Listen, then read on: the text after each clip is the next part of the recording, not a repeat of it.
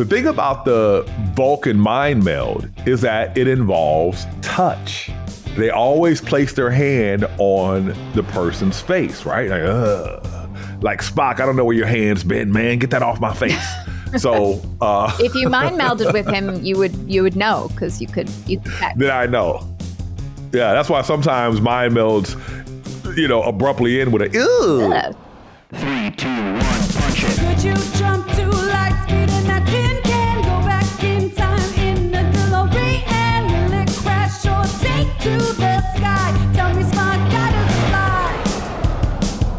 Welcome to Does It Fly, the podcast that puts your favorite sci-fi properties, inventions, and conceits to the test. I'm your mad scientist, Hakeem Oluseyi. And I'm your pop culture expert, Tamara Krinsky.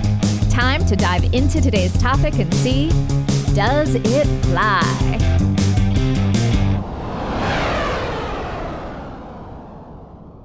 Well, hello, Does It Fly fans. We have an exciting announcement. We are running a contest. That's right. We are doing a great giveaway, and there are multiple ways to enter. Multiple? Tomorrow, that's too many. Well, then let's make it easy. Just go to the link in our bio, and all the ways to enter will be outlined right there. Cool, that's easy to do. So you better go before the contest ends. When does it end? The contest runs from July 2nd to August 22nd. All right, so the contest is open to anyone 18 years or older and living in the United States. So if that's you, what are you waiting for? Best of luck. And may the odds forever be in your favor. What? That's not very Roddenberry. Hey, we cover all franchises. Welcome back to Does It Fly? Welcome back to Does It Fly, everyone. You know, Hakeem, I feel like we've now done so many of these episodes together that sometimes I feel like I just know what you're thinking. It's almost like your mind and my mind have kind of merged. Your mind to my mind, my thoughts to your thoughts. Why are we saying this? Because before you said it, I already heard it in my mind. Could it be because we're having a mind meld? In public? That is nasty. Look, I'm putting my hat back on. Some of us have exhibitionist tendencies. What can I say? I just cut my hair short too. Oh, welcome. I feel so exposed. Welcome to Does It Fly, everyone, the podcast where we talk about the science and story behind your favorite tropes, gadgets, and gizmos in sci-fi and fantasy. And today we are visiting one of the most iconic things in all of sci-fi, the Vulcan Mind Meld. I've tried the Jedi mind trick with people. Never works. But I think that I actually have mind melded. So I can't wait to get into this. All right. Well, for those who need a little bit of a primer, of course, we're talking about one of the key things from Star Trek, the series, the motion picture, all of it. The Vulcan Mind Meld. Vulcans, this is something that goes back in their history. Although in researching this episode, I was surprised to find out a little bit more details about the fact that there are points when it's accepted and not, but we'll get into that. For the case of this episode, we're going to kind of constrict this to talking about some of the things that happen in various series. The Mind Meld is used many times throughout movies, throughout the TV shows, throughout animated shows. And so there's a lot we could talk about. We could fill a couple episodes with this, but to keep it manageable, we're going to focus on some of the TV show incidences. That said, please, if you have a favorite Mind Meld episode or moment from a movie, we definitely want to hear about your favorites in the comments. So let us know. Absolutely. And I tell you, when I think about the Vulcan Mind Meld, I think about that other Vulcan superpower, and that is that little shoulder pinch that renders people unconscious, right? Right. Yeah, we used to do that to each other as kids, the shoulder pinch thing, and it hurts. If you get somebody the just right, pressure points there, it really does hurt. That's So that gives me hope that maybe the mind meld can be real. Well, it's funny because there are actually different explanations for why non-Vulcans can do the pinch and only Right. Vulcans ostensibly can do the mind meld. So I'm just The going to mind shoot this meld, out to our yeah. producers at some point. I wonder if it would be fun to do an episode on various Star Trek defensive maneuvers from various non-human races and to look at the science behind that. But for those also, I do want to say, again, I feel like the mind meld is pretty ubiquitous, but just in case there are some folks out there who may be less familiar with it, basically, this is a telepathic link between two individuals that allows for an intimate exchange of thoughts and sometimes feelings. And in a successful meld, two separate minds share one merged consciousness. And sometimes there are derivative effects from this down the line, sometimes not. And the amount that is shared can be very focused or it can be much, much wider. So that's just kind of like the basic primer on what a mind meld is. My question is, Hakeem, is there any science to this? Could this happen? Does it happen? Hit me with the science. Let's do the science. There's a lot of angles that we can look at this from because in a way, there already is a biological mechanism for mind melding. So let's talk about what a mind is, first of all. A mind is made up of neurons. It's a neuronal concentration. And that is not to be taken for granted. Every animal does not possess a mind. Every animal does not possess a brain, right? They have nerves, and there are these stages at which the mind has evolved to more complexity as we look at animals have evolved, right? So we had, at a certain point, there were no vertebrates. You had your mollusks, your bivalves, you had your sponges, you had your jellyfish, right? These are essentially brainless creatures. But then you start getting brains. And when you start getting brains... Sorry, I had to do a zombie thing. Sorry, couldn't resist. Keep going. See, I should have checked whether or not you had lunch before I started talking about this. I know how you can be. Don't get me hangry. Don't get me hangry. Don't get you hangry. Yeah. One of my favorite brain eaters is that creature from Starship Troopers. The big bug, they sticks the thing in the brain and sucks the brain out. Love it. Love that creature. That was a lovely surprise in the movie. But anyway, back. So when we look at what Vulcans do, the thing about the Vulcan Mind Meld is that it involves touch. They always place their hand on the person's face, right? Like Spock, I don't know where your hand's been, man. Get that off my face. So if you mind melded with him, you would know because you could check. Then I know. Yeah, that's why sometimes mind melds, abruptly end with a ew. So here's the thing. Brains operate chemically and electrically. And if you think about Vulcans and their physiology and how they may have evolved on their planet. So earlier I was talking about the evolution of the brain and how the brain has more complexity. Like when you get to mammals, you can do things like simulations in your mind. And then eventually you get to primates and, maybe some cetaceans and some other creatures, you get what is known as a theory of mind. I know that you also have a mind and I have a mind, right? And so it's at that stage that you can mind meld. So on the planet Vulcan, the Vulcans come from the planet Vulcan, which is a different planet from Earth. There would have been a very different evolutionary pathway or a different evolutionary pathway. But the thing about Vulcans is they really post-birth continue to train their minds to go against their nature. And their nature is just like humans, to be emotional. And they train their minds to lose that emotion, to become incredibly logic, and to have superpowers of focus. No Adderall involved. At least not Maybe that they we got know. some Pharmaceuticals do not seem to play the same role. Neurotransmitter that plays the same role. So now, here's why that matters. Because any brain interface technology that you can think of has to sense those electrical and or chemical signals, right? And so the ones that can go some distance are the electrical ones. So we're talking like microvolts, and we're talking about like nano Teslas in terms of magnetic fields, right? We're talking like really tiny signals.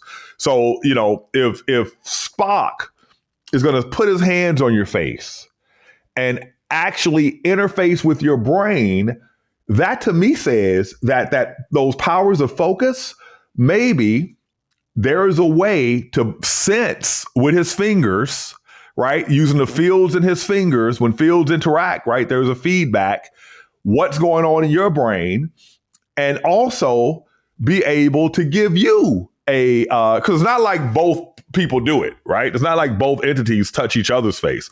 Only one contact is necessary. I'm going to be honest. That is true when it's a Vulcan to a non-Vulcan. I would actually have to look up Vulcan to Vulcan. Right. Because I think. So would I. Yeah. And who knows? They might go tip of the nose to tip of the nose. Ain't no telling. Right? You don't know what they do in the privacy of their Vulcan homes. I think Strange New Worlds Strange New Worlds has dealt with a little bit of that, but you could see. Well, whatever it is, it's logical. That's the thing. So when I say something like this already occurs, there's two ways that this occurs. One way I saw it brought up already, which is that there's a theory of mind that our brains has evolved to be able to recognize. And that's very important for social mammals, for me to understand your feelings. Well, guess what? It turns out that a part of our brain is specially designed to do that. They're called mirror neurons. They allow me to mirror you. I see you doing something, and my brain does the same actions in my mind that I see you do. So the fact that we have empathy, the fact that we have sympathy, the fact that we have motor neurons, the fact that we have a phrase, I feel you, right? Mm-hmm. We're mind melding. We're already doing it. And think about all the nonverbal communication. Man, speaking of which, I remember this one time, in teenage years when I had one of my early girlfriends, we went on this is how my mind melding didn't work. Uh-oh. We went on a field trip. And I don't know, we were at the University of Southern Mississippi. We were in an auditorium, and we were all sitting up there, and I'm sitting there with my arm around her shoulder. I don't know what to do. I'm thinking I'm supposed to what to do. And she gives me this look, and I look at her, and she looks at me, and I look at her. And, this is back in the day when they wrote letters, right? She writes me a letter the next day or two. She was like, the reason why I was looking at you like that, because I wanted you to kiss me. Not smooth, Hakeem, not smooh. I did not get the message. No. Smooth doesn't kick in for me until I'm around 30. Pre that, I'm a total idiot. Pre 30, I'm a complete idiot. So if you're watching and you're under 30, there is hope for you as well, sir. And that goes across all genders. So yeah. With that mind meld type thing, right? That understanding other people's what they're thinking and feeling. And so I think that something like this already exists in us biologically. So the question to me becomes, did Vulcans evolve a heightened sense of this? And, what evolutionary forces would drive you to create a tactile, more focused interface, right? Because all of this mind melding that we do as humans occurs just from you don't have to say a word sometime, and you can communicate the signal clear as day. You can mind meld. You can see the same. I'll give you another example. Hold on. I'm going to interject here. You can get a sense. You can get a sense of it, but mind melding is actually being able to see what. Wait, stop. I know what you're thinking. Ha ha ha.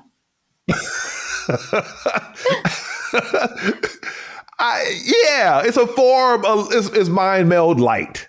It's not.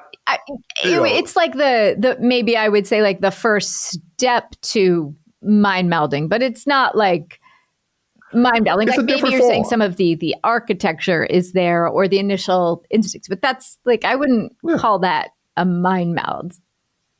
It's not exactly a mind meld, but in a way, it's mind meld light in the sense that I can sense your thoughts even without you speaking them to me, right? But let's go to the next level then. I said there's a couple of things. One was biological, the other is technological. So there are ways to, people made a big deal of an experiment, something like a dozen years ago, where it was one researcher in one lab has a device on their head, a brain technology interface. And there's another researcher, and the first researcher is going to trigger the second researcher to perform an action, right? And it's sort of like an EEG type thing, electroencephalograph, or whatever the hell it stands for. Brain scan. Brain scan.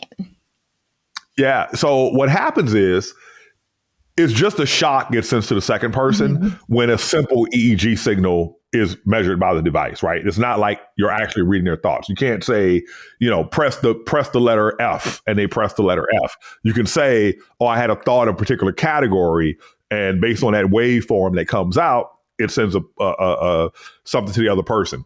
But the human computer brain interfaces are real things that really do read the signals, the electrical signals of the brain. And they can be used by humans that are unable to use certain limbs, or, that are limited in their physical capacity to actually make actions occur in the outer world through such an interface, right? So that element, and it's just the concept of sensing someone's thought and responding to it can be done technologically. So is it the case that every Vulcan child is given, there are these really superconducting tiny amplifiers called squids, or they put squids in their fingertips when they're babies so they can feel these tiny voltages and currents?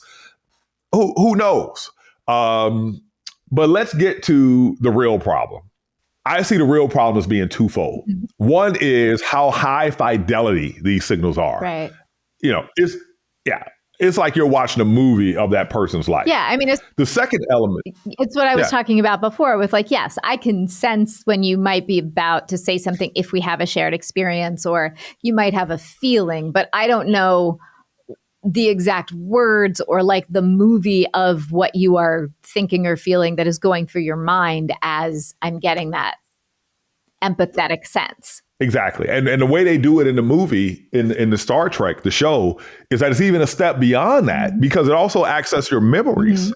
And what we know now is that stuff isn't just sitting around. Our thoughts and our memories are dynamic processes that must happen in real time. It's not like when I'm not thinking of my childhood memories that there's a place where they're all stored in my hippocampus or something like that, right? It's not. There's something that allows you to recreate that neuronal dynamic, but it is not a file or a hard drive where you can go and read what's located there.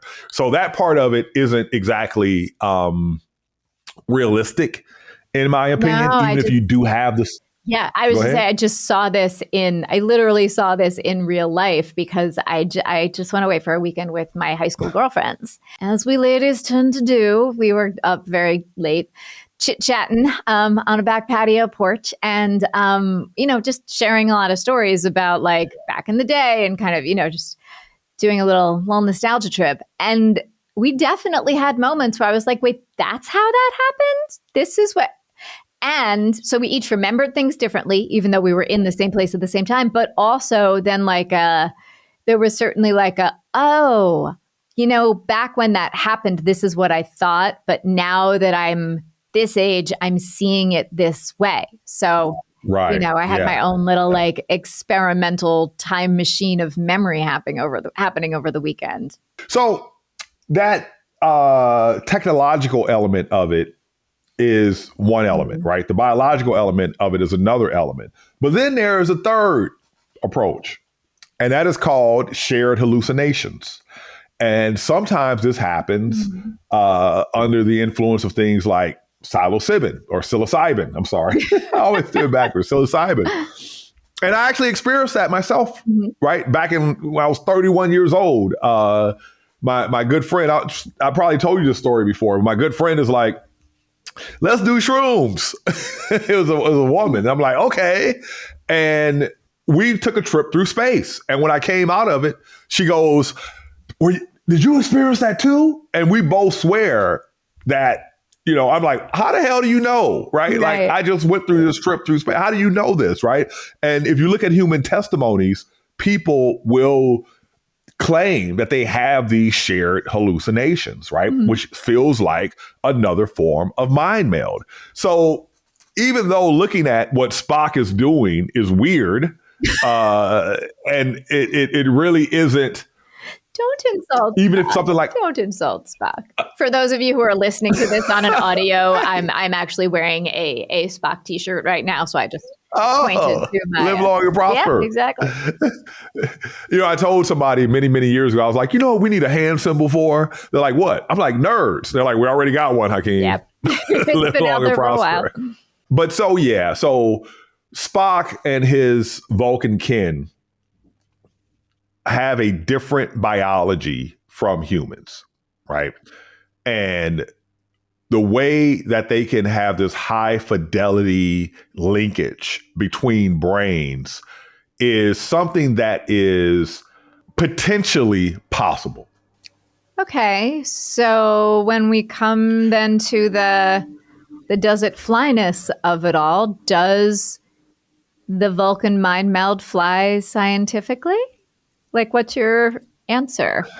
Low My orbit? answer would be, it's one of these things that if it is technology assisted, I can see it occurring, right? If for example, there are brain implants, if, for example, there are implants in the fingertips, if there is a way to give a signal to stimulate memory recall, which I can envision something like that happening. Again, I know I'm going out on a limb. Every physicist is going to be like, Hakeem, you're out of your damn mind. But man, I'm going to say it flies. I love me some Spock.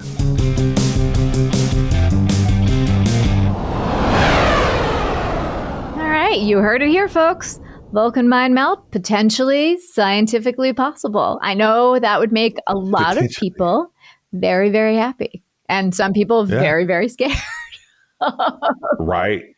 Well, the funny thing is, like, shifting into the story piece of it all, this thing which has become such an iconic piece of the Star Trek universe, of Star Trek lore, almost wasn't. Well, one thing you got to note, though, is even though it is so important, it's not overused at all. No, I don't think it's overused.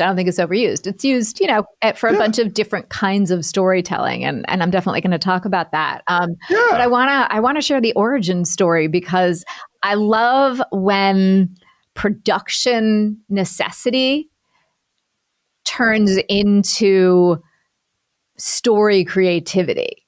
So the first time that we see the Vulcan Mind Meld is in the original series in an episode called Dagger of the Mind, which came out in November 1963. Basically, Spock does a mind meld with somebody to discover the nefarious acts of Dr. Tristan Adams, who is a rogue psychiatrist leading a penal colony. And wait a minute, so it's a snitch mind meld? Well, he doesn't mean to snitch, but yeah, it's a snitch mind meld. Essentially, the guy that he is, Simon Van Gelder, the character that he melds with, has been a, I'm not going to say patient because it's a really bad doctor-patient relationship, but has been subjected to some of the things that Dr. Adams has been doing and perhaps should not be doing. When this originally was happening, there were a bunch of different props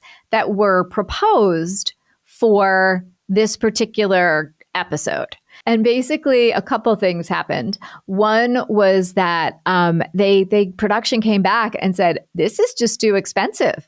Like we can't make all of these things for this episode. You got to cut the budget, which, is a problem that persists to this day. There's always that back and forth. So, so there was that thing. So they were originally going to have some gadgets that were going to help with this and sort of help Spock look into the mind of this patient to discover what this doctor had really done or not done wrong. It was going to be a hypnosis device. That was the original device where Spock was going to hypnotize him. And that way he'd be able to find out what happened. Right. The other problem was, and this was going to be Spock and McCoy using this device to hypnotize him. Budget cuts were number one. The other thing was that the censors intervened because they viewed hypnosis as a medical procedure. And therefore, they needed McCoy to do it, not Spock, because McCoy was the doctor. And if it was going to be something that at the time was considered a quote unquote medical procedure, the character that was the doctor needed to do it. Gene Roddenberry, the story goes that Gene Roddenberry really wanted it to be Spock doing this thing because there was a whole thing about like his hypnotic effect on Earth women. You want to go down an internet rabbit hole on that? Go. I'm not going to get into that here, but I have just Spock the ladies, man. Is that what we're getting at? I have just given you your distraction for the day. So they changed it because they changed it from this hypnosis thing to this Vulcan Mind Meld so that you could still have Spock doing it. It would help to sort of set something up with, furthering his alienness. And they specifically had to have a line about it not being hypnosis. The mind meld is not hypnosis in order to satisfy these censors. So I love stories like that where ultimately what happens comes about, like this great creative decision comes about because of all the restrictions that are placed. And you as a creator have to figure out, how are we going to do this? How are we going to get out of this? What is this going to look like and be like? So tell me this then. So you just described the origin story, and that origin story, it was written in because it served a particular purpose in the plot. But then it goes on to become a permanent fixture in Star Trek. It does. And so that brings me to the fact that one of the things that, I think, as you mentioned, it's not overused. It's definitely a constant presence, and sometimes it plays a very, very big part of the plot. Sometimes it's smaller, but I do like the fact that they have used it in a variety of ways that help further plot and that also reveal character. And then the other thing too is we see how the mind meld, the Vulcan mind meld, has really changed its the opinion about it in Vulcan culture has been changed. I mean, when Spock first describes it to Kirk in the original series, he describes it in Dagger of the Mind as an old technique. It's not something that has been, used recently, or it's not used very often. And we kind of see that evolve over time. Ultimately, at some point, it seems to have lost its stigma. But it was not something that, Vulcans were just running around willy-nilly doing mind melds with everybody. Right. That's cheating. Yeah, exactly. So, we see like Enterprise, which is a series that was produced later in our timelines, but actually, is an earlier series in the Star Trek timeline. That takes place, I think, is a century before the original series. And it's seen as a rare and somewhat deviant act. And so, for those who may not have these things at your fingertips, there's an episode where Talaris, who is a Vulcan on the Enterprise, Talaris was a visiting Vulcan, and he belongs to a group of Vulcans that has chosen to sort of revolt against mainstream Vulcan society, and they actually believe in accessing their emotions. And he losers. Yeah, he does a mind meld with T'Pol, our Vulcan on the Enterprise. And again, remember, this is very, very early in the Star Trek universe. Everyone's just getting to know each other. The Federation is still, pretty young. He does a meld with her, and ultimately she's like, stop, and he won't. And and so this very much becomes a metaphor for assault. Yeah, that clearly is an assault. I mean, that's a pretty access to somebody's mind. Yeah. That's worse than accessing their phone. Yeah. And like in later, sort of later in the Star Trek timeline, earlier in series that produced, but later in the Star Trek timeline, we see the mind meld as something that is used for justice or used to help people, used in a whole bunch of different ways.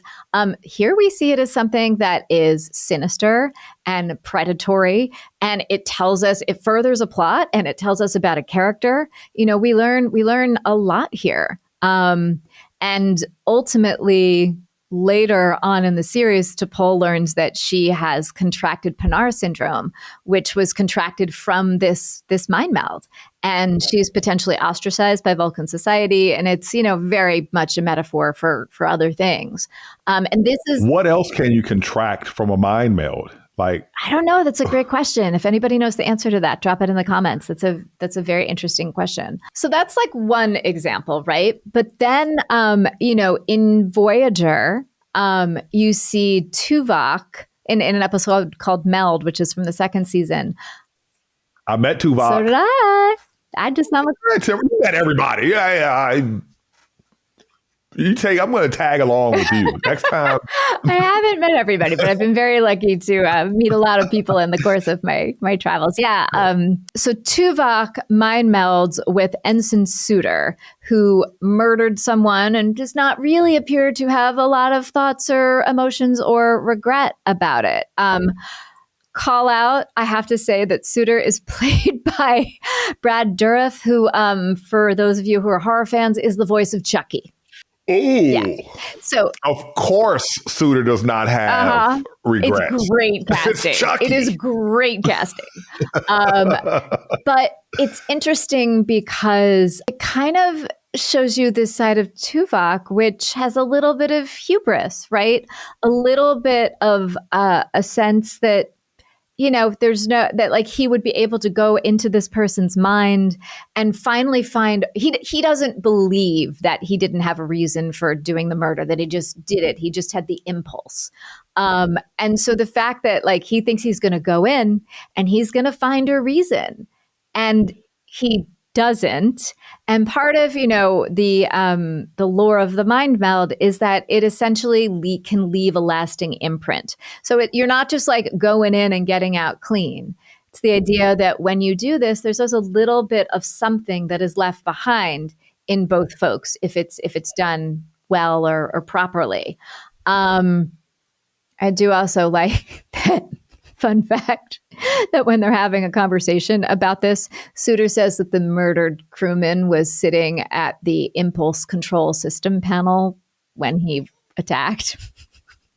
I don't know who wrote that line of dialogue, but I got to give a shout out to that. Do you think they did that on purpose or just... Oh, come on. How could it not be on purpose, right? How could it not? Okay. All right. I also need to say real quick, a note from our producer that I just saw. And thank you, Elliot, for calling this out. The Federation doesn't exist yet in Enterprise. So thank you for that. When I'm talking about multiple timelines and things, sometimes I crisscross. So I want to make that clear because somebody else might call that out in the comments. We have called it out on ourselves. Okay, so back to this. So, so you learn, and then you go and you see Tuvok having the residual effect of this violence awakened in him. And it's a really interesting character episode for him. So you're exploring, it's a plot thing in this one, but I really love the way that it's used to further character. And then I'll just give one more example. I mean, again, this episode could be a million hours long talking about mind melds, but one more example is in Next Generation, there's an episode called Sarek where Sarek, aka Spock's dad, comes to on a diplomatic mission. And he is... Isn't he always? Always. And this is the first time that a Vulcan mind meld appears in Next Generation. And in the episode, he's 202 years old.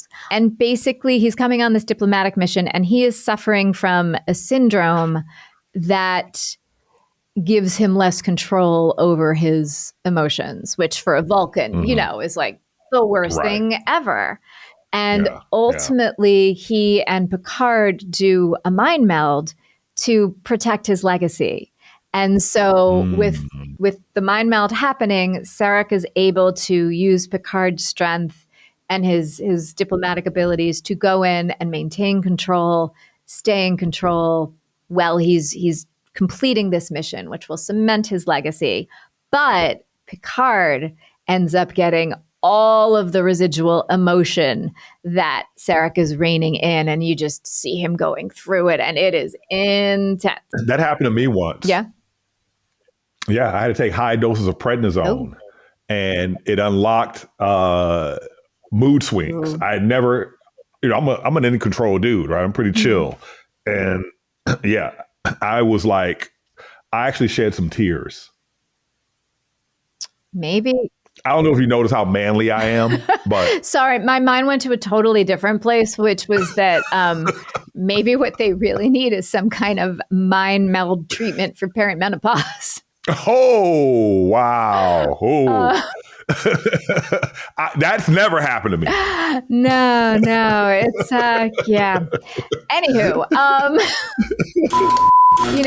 this particular episode is, really a way of exploring what happens as people age, what happens as people go into cognitive decline, and how do we deal with them? How do we help them? How do we protect them?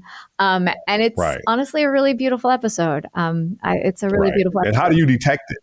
Because that is something that happened to me, right? My mother came to live with me, and things were not right. And a year later, we discovered she had a brain tumor. It's benign, but inoperable, right? My mom's is in her early 80s. But, it was like, what is happening here? Like you don't really, something's happening, but because they're normal 90% of the time.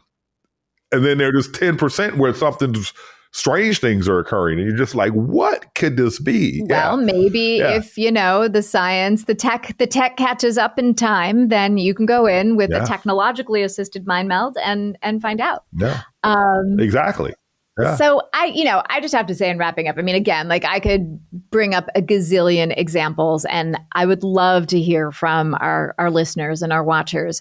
Do you have a favorite mind meld episode? What about this particular thing appeals to you or doesn't appeal to you? But I just have to say, like, it's probably pretty clear by now that the mind meld, as far as story goes, absolutely flies. I love that it had an unconventional beginning. I love that they use it in a whole bunch of different ways. I love the fact that they don't abuse it to make it an easy answer for many, many different things. And I love that it's manifested in different ways in Vulcan society over the years, which then gives us a chance to explore different ideas about what we think about sharing something so intimately. So that is my official answer.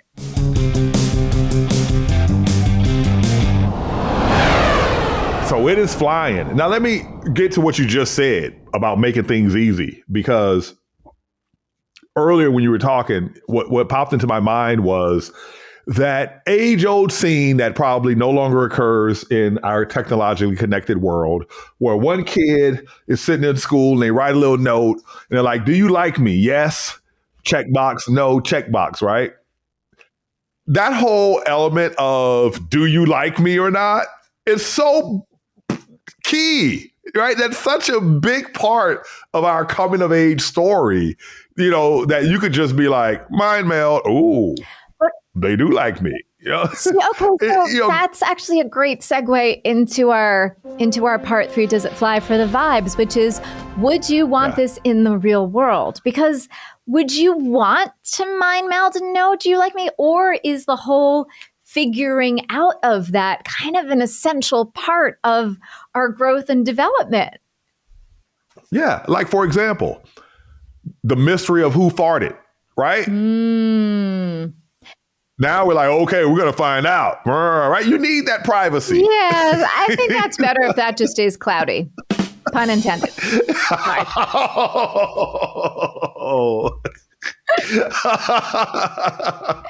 things are better left unknown. Some things are better left unknown. Exactly. And that's what I feel is, that uncertainty, that uh, the reading a person without getting the answer is so much a part of our human experience of interaction, our social interaction, right? Going back to that whole like mirror neurons and non-verbal communication. If we have a shortcut for all of that, but again, the Vulcans are a society that removed emotion. So maybe in that context, you look at it completely differently. As we're sort of exploring this question of whether it would be good or not good to have a mind meld in the world, we're talking, one of the key things we're talking about is privacy. And if you're sitting here listening to this saying, well, I'm not sure how I would feel, this just occurred to me, like, how do you currently view what's happening with privacy of our data, privacy of what we post, privacy, like these things that we put out into the world, whether on social media or even like the contents of our computer, which maybe we don't want hacked. These are things that we are externally putting out into the world and still feel protective about when it comes to privacy. So if you're feeling it all, like, I don't want people looking at my stuff, and that's what you're already externally putting out, how would you feel if someone was actually mind melding? Right, exactly. So I heard I heard this on some podcast. It was I think a CIA person talking about how they do their spycraft, and they were mentioning that people have these three lives: their public life, their private life, and their secret life. And their goal as a spy is to get into that secret life, and the only way that can occur is if they become a part of the person's private life. But once there's a mind meld, right, there's no more secret life. No, there's and not. It doesn't have to be anything nefarious, right? It's just think of how much information people would find embarrassing.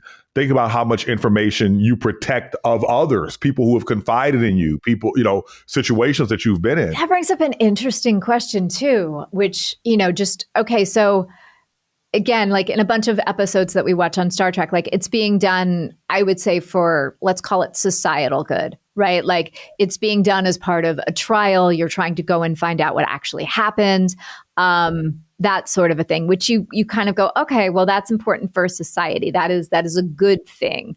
But it does beg the question, where are the boundaries of, okay, so say we mind meld, you see what I think or what I saw, but I know things about other people.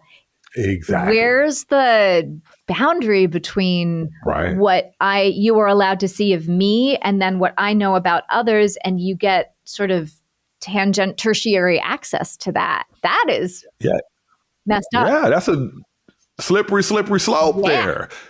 And there's no way, someone isn't going to access that stuff, right? No.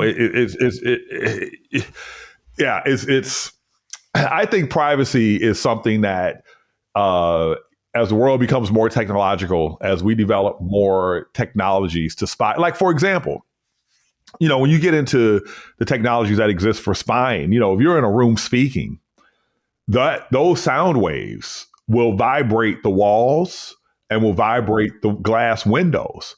And there are technologies that you can shine a laser on that window and receive the vibrations of that window and reconstruct the conversations in the room, right?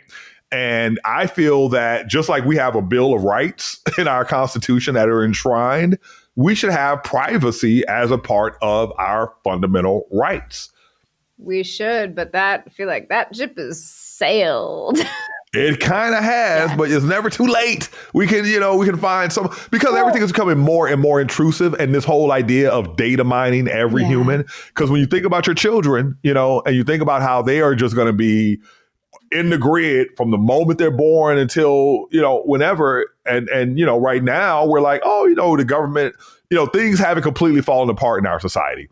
But societies do fall apart, and everybody's going to be so exposed. So if we ever get to a point of these bad actors being in control, man, we're massively vulnerable if we don't have privacy. Well, it also speaks to class, right? Like there's a trend even right now where it used to be that if you were well-resourced, if you had economic privilege, that meant you had access to everything and people could access you. And now it's flipped, where sort of the cachet is how much privacy you actually have and how big a privacy defense you can build around yourself. So, that says something right there. And so then when you think about taking that further to a mind meld kind of situation.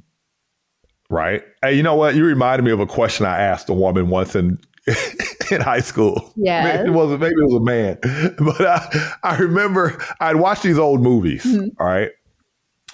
And sometimes the man, to his romantic interests, he'd tell her how fair she is and how her skin was like milk and things like this. But then I looked at the modern world around me and it was about tanning and, that sort of thing. I was like, why is that? Why is it that way that time, this way this time? And the person said to me, the older person said, it has to do with economic class. Back in the old days, there was a lot of agricultural work. So if you were poorer, you'd be tanned. And to be very fair and light, untanned meant that you were taken care of and, you could sit around under your parasol. You didn't have to be out and exposed like that. But then it flipped because now everyone has to work. So you're stuck indoors. But if you are well-resourced, you're out on a beach in San Tropez getting a tan. You can you can take that whole idea back even further. And if you go back and you look at like 14th, 15th, 16th century art and you look at paintings, especially of women, but of men as well, the phrase Rubenesque, Rubens the painter, like there are very large round women and they are at the top of their game. They're at the top of society. Same reason. They're well fed. Same thing. Yeah, because they were well fed. If you had the money to be well fed, that was the desired look. Yeah. So everybody wants to look rich. Seems to be the thing. Every society. Right. So in the 80s when rappers came out, they're like, I'm just gonna cover myself in big fat gold chains. Now I really look rich. All right. Well, I think it sounds like we are both, correct me if I'm wrong here, if I'm not mind melding with you properly, but it sounds like we are both on the same page about the idea that, well, a mind meld seems really cool. Mind melds in the real world don't fly for the vibes.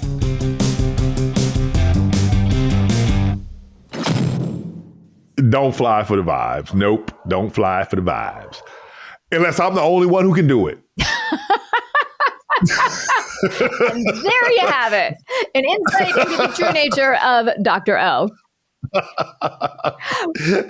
Hey guys, thank you guys for joining us. We love hanging out and chatting about this nerdy stuff, and I hope you enjoy it too. You must, because you stayed around to hear me say this. So tune in every week, every Friday. We're dropping a new episode. That's right. And definitely let us know in the comments or on social media any thoughts you have about mind melds. And if you have an idea for a gizmo or gadget from one of your favorite sci-fi, fantasy, or horror TV shows or movies, let us know. Maybe we'll do an episode on it. You can find us at doesitflypod.com and on all of our socials, right, Hakeem? Yes, you can. Does It Fly Pod on Instagram. Does It Fly Pod on TikTok. You can find us on Spotify. That's where I often listen to us when I'm in the car. And I do listen to us. Nice. And we are a part of the Roddenberry Entertainment family, so you can find us on their socials as well. I hope all of you have a great week. We hope to see you next week or hear you next week or hope you hear us. Until then, I'll just be here trying to read Hakeem's mind. Did you get it? Did you get the secret word? Well, if not, this is your reminder to scroll back to find it. And don't forget to click the link in our bio to find out all the different ways you can enter our super sweet giveaway. Woohoo! Good luck, and may the force be with you. A Star Wars quote. Yeah, when I said all franchises, I meant it. All franchises.